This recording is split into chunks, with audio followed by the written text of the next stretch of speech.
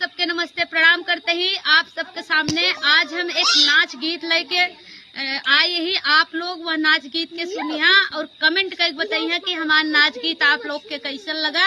और हमारे चैनल ऋतुजा अवधी लोक गीत के सब्सक्राइब करिया और लाइक करिया। धन्यवाद।